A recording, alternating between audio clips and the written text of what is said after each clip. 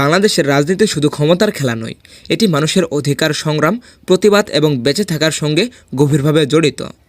আপনার রাজনৈতিক প্রয়োজনে ব্যবহার করবেন আমাকে, কিছুদিন পরে আপনি হবেন এদেশের প্রধানমন্ত্রী আর আমি হব গুন্ডা। আমাদের দেশের ইতিহাসই তৈরি হয়েছে ভাষা আন্দোলন, গণ অভ্যুত্থান, ছাত্র আন্দোলন এবং গণমানুষের সংগ্রামের মাধ্যমে। এই ছাত্র সমাজকে যদি কেনা যেত তবে 52 ভাষা আন্দোলন সফল হতো না। এই ছাত্র সমাজ যদি কেনা বেচার পণ্য হতো তবে দেশে স্বাধীনতা আসতো না। তাই স্বাভাবিকভাবে এই রাজনৈতিক বাস্তবতা বারবারই উঠে এসেছে আমাদের চলচ্চিত্রে। বাংলা সিনেমা শুধুমাত্র বিনোদন দেয়নি, এটি সমাজের প্রতিবিম্ব হিসেবে কাজ করেছে। আমি যদি বলি হ্যাঁ, 24 মাসে নয়, মাত্র 7 দিনের মধ্যে আমি এই দেশকে সন্ত্রাস মুক্ত করতে পারবো। কখনো দুর্নীতির বিরুদ্ধে প্রতিবাদ, কখনো ছাত্র আন্দোলনের গল্প, আবার কখনো ক্ষমতা রাজনীতির অন্ধকার দিকগুলোও তুলে ধরেছে। দেশ জুড়ে সন্ত্রাস সৃষ্টি করে যারা ঘোলা পানিতে মাছ শিকার করতে চায় তাদের দাঙ্গাবাজ বলা যেতে পারে, কোনো রাজনৈতিক নেতা নয়। তাই আজকের ভিডিওতে আমরা জানব বাংলা সিনেমায় রাজনৈতিক চরিত্রে কে সবচেয়ে শক্তিশালী অভিনয় করেছে। সবার উপরে আইন, আইনের কাছে সবাই সমান স্যার। ছাত্র আন্দোলনের প্রতিবাদের কণ্ঠস্বর সালমান শাহ, নাকি গণমানুষের প্রতিবাদের প্রতীক মান্না, নাকি আধুনিক রাজনীতির ক্ষমতার চিত্র শাকিব খান? আমি চাই বাংলাদেশের প্রত্যেকটা ঘরে ঘরে এমন একজন মানুষ গড়ে তুলতে যারা রাজনীতি না করেও এক একজন এক একটা লিডার হবে। জনতা আজ জেগে উঠেছে। তো চলুন দেখে নেওয়া যাক এই রাজনৈতিক চরিত্রে কে সবচেয়ে শক্তিশালী অভিনয় করেছিল। তো চলুন প্রথমে গণমানুষের প্রতীক মান্নার অভিনয় সম্পর্কে জানা যাক। বাংলা সিনেমার রাজনৈতিক প্রতিবাদের চরিত্র বললে যে নামটি প্রথমে আসে তিনি হচ্ছেন নায়ক মান্না। 90 দশকের মাঝামাঝি সময় থেকে তিনি হয়ে ওঠেন গণমানুষের নায়ক। তার সিনেমাগুলিতে শুধুমাত্র বিনোদন নয়, ক্ষমতার অপব্যবহার এবং রাজনৈতিক দখলদারিদের বিরুদ্ধে এক প্রতিবাদের প্রতীক তিনি। তার মধ্যে তার উল্লেখযোগ্য কিছু সিনেমা রয়েছে, যেমন রয়েছে দাঙ্গা ও ত্রাস। কাজী হায়াত ও মান্না জুটির এই দুটি সিনেমা বাংলাদেশের রাজনৈতিক সিনেমার মোড় ঘুরিয়ে দিয়েছিল। আমি একজন মুক্তিযোদ্ধা ছিলাম, 30 লক্ষ শহীদের মধ্যে আমার মা বাবা ছিল।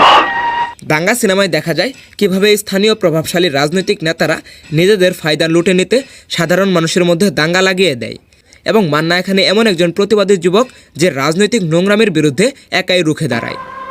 এই বুঝি সেই দেশ, আরে গুন্ডার জন্য খুনির জন্য দেশে মন্ত্রী টেলিফোন করে। এই সিনেমাগুলি স্পষ্ট করে দিয়েছে যে রাজনীতির আসল শিকার হচ্ছে সাধারণ জনগণ এবং নিচু স্তরের কর্মীরা, যারা উপরতলার নেতাদের দাবার গুটি হিসেবে ব্যবহৃত হয়। আপনার রাজনৈতিক প্রয়োজনে ব্যবহার করবেন আমাকে, কিছুদিন পরে আপনি হবেন এদেশের প্রধানমন্ত্রী আর আমি হব গুন্ডা। এরপর মান্নার আরও একটি উল্লেখিত সিনেমা রয়েছে লুটতারাজ। এই সিনেমাটি আন্ডারওয়ার্ল্ড এবং উচ্চ পর্যায়ের রাজনৈতিক এক অন্ধকারের সংযোগ তুলে ধরে। সবার উপরে আইন, আইনের কাছে সবাই সমান স্যার। সিনেমায় মান্না এমন এক চরিত্রে অভিনয় করে যে দেখে কিভাবে রাজনৈতিক আশীর্বাদে একদল সন্ত্রাস গড়ে ওঠে। সিনেমার সংলাপে বারংবারই উঠে এসেছে যে পেশিশক্তি যখন রাজনৈতিক পরিচয় পায় তখন সমাজ কতটা অনিরাপদ হয়ে ওঠে। এই সিনেমাটির মূল থিম ছিল অপরাধের সাথে রাজনীতির সংযোগ। শুধু সাসপেন্ড না, বাসবেয়া পুরস্কার হতে হচ্ছে আপনাকে, পুরস্কার আছে সদর হাসপাতালের বারান্দায়। এরপর আরও একটি মান্নার আলোচিত সিনেমা হচ্ছে মিনিস্টার। নামের মাধ্যমে বোঝা যায় ক্ষমতার দাপট বিদ্যমান। মান্না এখানে একজন সৎ মানুষের প্রতিনিধি হিসেবে সিস্টেমের সাথে লড়াই করেন। আমি যদি বলি হ্যাঁ, 24 মাসে নয়, মাত্র 7 দিনের মধ্যে আমি এই দেশকে সন্ত্রাস মুক্ত করতে পারবো। ক্ষমতার আসনে বসলেই কিভাবে মানুষ অন্ধ হয়ে যায় এবং সাধারণ মানুষের জীবন নিয়ে সিনেমিনি খেলে তা এখানে অত্যন্ত বলিষ্ঠভাবে ফুটিয়ে তুলেছেন। সিনেমায় নীতি এবং নৈতিকতা যখন ক্ষমতার কাছে হার মানে তখন একজন মানুষের সংগ্রাম কিভাবে বিস্ফোরণের রূপ নিতে পারে তারই সঠিক দলিল পাওয়া যায় এই সিনেমায়। আপনি কি এই মার্কেটের সেক্রেটারি? কোনো ভয় নেই, মিথ্যে কথা বলবেন না। আপনাদেরকে চাঁদা দিতে হয়? জি, দিতে হয়। কাকে? নাম বললে খুন করে ফেলবে। আপনারা তো পর্দায় নায়ক মান্নার গর্জে ওঠা সেই সংলাপ কিংবা সালমান শাহের রোমান্টিক স্টাইল দেখেছেন, তো তাদের মতো ফিট আর এনার্জেটিক থাকতে কার না ভালো লাগে। কিন্তু পেটে গ্যাস, বদহজম আর বুক জ্বালা পোড়া থাকলে কোনো কিছুই আর ভালো লাগে না।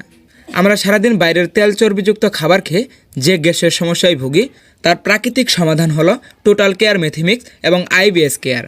এটি কোনো কেমিক্যাল নয়, বরং ভেষজ উপাদানে তৈরি, যা আপনার বদহজম আর কোষ্ঠকাঠিন্য দূর করবে মাত্র কয়েকদিনেই। শরীর ফিট তো আপনিও হিট, তাই গ্যাস্ট্রিকের যন্ত্রণা আর না। নিজের লাইফস্টাইলে আনুন সিনেমেটিক স্বস্তি। তাই স্ক্রিনে দেওয়া নাম্বারে আজই কল করুন অথবা ডিসক্রিপশন বক্সের লিঙ্কে ক্লিক করে আজই অর্ডার করুন। তো সুস্থ থাকুন, ভালো থাকুন এবং আমাদের সাথেই থাকুন। এরপর মান্নার আরও একটি আলোচিত সিনেমা হচ্ছে শান্ত কেন মাস্তান। এটি কেবল একটি অ্যাকশন সিনেমা নয়, এটি একটি সামাজিক ও রাজনৈতিক ট্র্যাজেডি। শান্ত একজন মেধাবী ও ভালো ছেলে ছিল, কিন্তু রাজনীতির কুটচাল এবং অবিচার তাকে বাধ্য করে অস্ত্র হাতে তুলে নিতে। এই সিনেমায় দেখা যায় আমাদের সমাজ এবং রাজনীতি কিভাবে একজন সম্ভাবনাময় যুবককে অপরাধের জগতে ঠেলে দেয়। শুনেছিস ওরা কি বললো? জনগণের, হ্যাঁ জনগণের মাস্তানের আবার জনগণ। তোর কুত্তারা যে উকিলকে মারতে গিয়েছিল, সেই উকিল হাত কাটা শান্তর বাবা, হাত কাটা শান্তর বাবা।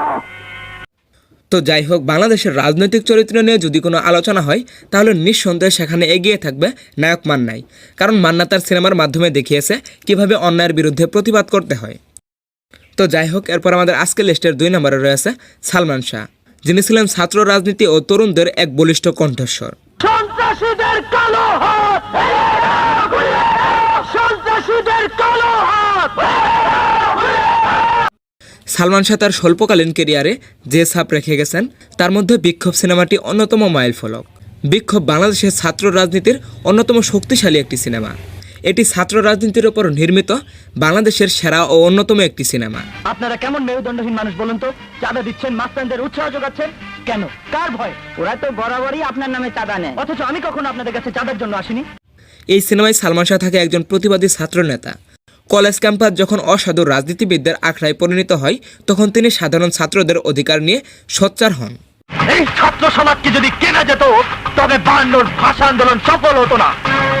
এই ছাত্র সমাজ যদি কেনা বেচার পণ্য হতো তবে দেশে স্বাধীনতা আসতো না। রাজীবের মতো প্রতাপশালী ভিলেনের সাথে তার দ্বন্দ্ব আমরা দেখতে পাই। এই সিনেমায় রাজীবের একটি বিখ্যাত ডায়লগ, রাজনীতিতে একটা কথা আছে তা আজও মানুষের মুখে মুখে ফেরে। রাজনীতিতে একটা কথা আছে, শত্রুকে ঘায়েল করতে হলে প্রথমে তার পায়ের তলার মাটি সরিয়ে দিতে হয়। সিনেমাটি দেখায় কিভাবে রাজনৈতিক লেজুর বৃত্তি মেধাবী ছাত্রদের কেরিয়ার ধ্বংস করে দেয়। এটি ছাত্রদের নৈতিক সাহস এবং দেশপ্রেমের একটি অনবদ্য পাঠ। টাকা দিয়ে যারা নেতৃত্ব কেনে, ভোট কেনে, তাদের আদর্শ হয় তারা কালোবাজারি, না হয় কালোবাজারিদের সহায়তাকারী অথবা বিদেশি প্রভুদের মদতপুষ্ট তাবেদার। এবং সালমান শাহর এই বিক্ষোভ সিনেমার সাথে আমাদের বর্তমান 2024 সালেরও অনেকটা মিল রয়েছে, কারণ বাংলাদেশকে আবারও নতুন করে তারাই স্বাধীন করেছে। এবং তরুণরা যদি বাংলাদেশে অন্যায়ের বিরুদ্ধে কথা না বলে, তাহলে বাংলাদেশের মানুষ কখনোই তার ন্যায্য অধিকার পাবে না। এমন সোনার ছেলে জন্মগ্রহণ করে। তো যাই হোক, এরপর আমাদের আজকের লিস্টের 3 নম্বরে রয়েছে নায়ক শাকিব খান। শাকিব খান গত 2 দশকে নিজেকে এমন উচ্চতায় নিয়েছে যেখানে তিনি সাময়িক রাজনীতির জটিল বিষয়গুলোকে পর্দায় তুলে ধরেছেন। তার মধ্যে উল্লেখযোগ্য একটি সিনেমা হচ্ছে রাজনীতি। এটি একটি আধুনিক পলিটিক্যাল থ্রিলার সিনেমা। এই সিনেমায় শাকিব খানকে একজন প্রবাস ফেরত যুবক হিসেবে দেখতে পায়। সে তার নিজ শহরে ফিরে এসে দেখে রাজনীতির কুৎসিত রূপ। নিজের ভাই বা পরিবারের ভেতরের মানুষই যখন ক্ষমতার জন্য অন্ধ হয়ে যায়, তখন শাকিব খানকে অনিচ্ছা সত্ত্বেও সেই ক্ষমতার লড়াইয়ে নামতে হয়। সারা জীবন পলিটিক্স করছি আমি, আর ওই শাকিল থাম। আরে থাম্মু কেলা যে রাজনীতির র বুঝে না ওই হবো জনতা পার্টির প্রধান।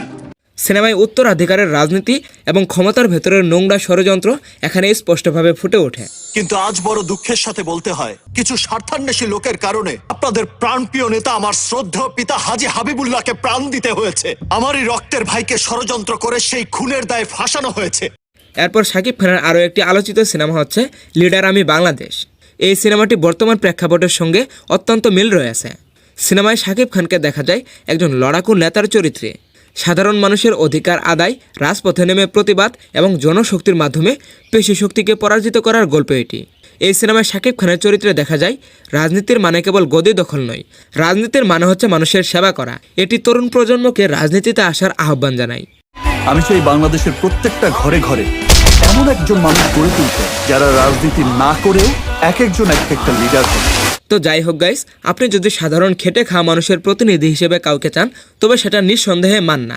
তার সিনেমাগুলো সমাজের একেবারে নিচুতলার মানুষের ক্ষোভকে ফুটিয়ে তোলে। এবং আপনি যদি ছাত্র রাজনীতির শুদ্ধতা এবং তরুণদের জয় গান শুনতে চান তবে সালমান শাহ তার বিক্ষোভ সিনেমায় চিরকাল বেঁচে থাকবে। আর আপনি যদি আধুনিক বিশ্বের সাথে তাল মিলিয়ে রাজনীতির কৌশল এবং নেতৃত্ব পরিবর্তন দেখতে চান তবে শাকিব খান তার লিডার আমি বাংলাদেশ বা রাজনীতি সিনেমা দিয়ে নিজেকে উচ্চমাত্রায় নিয়ে গেছেন। তো যাই হোক, এই 3 অভিনেতার মধ্যে আপনি কাকে পছন্দ করেন অবশ্যই কমেন্ট বক্সে জানাতে ভুলবেন না। তো আজ এই পর্যন্তই, দেখা হবে নতুন কোনো ভিডিওতে। টেক কেয়ার, আল্লাহ হাফেজ।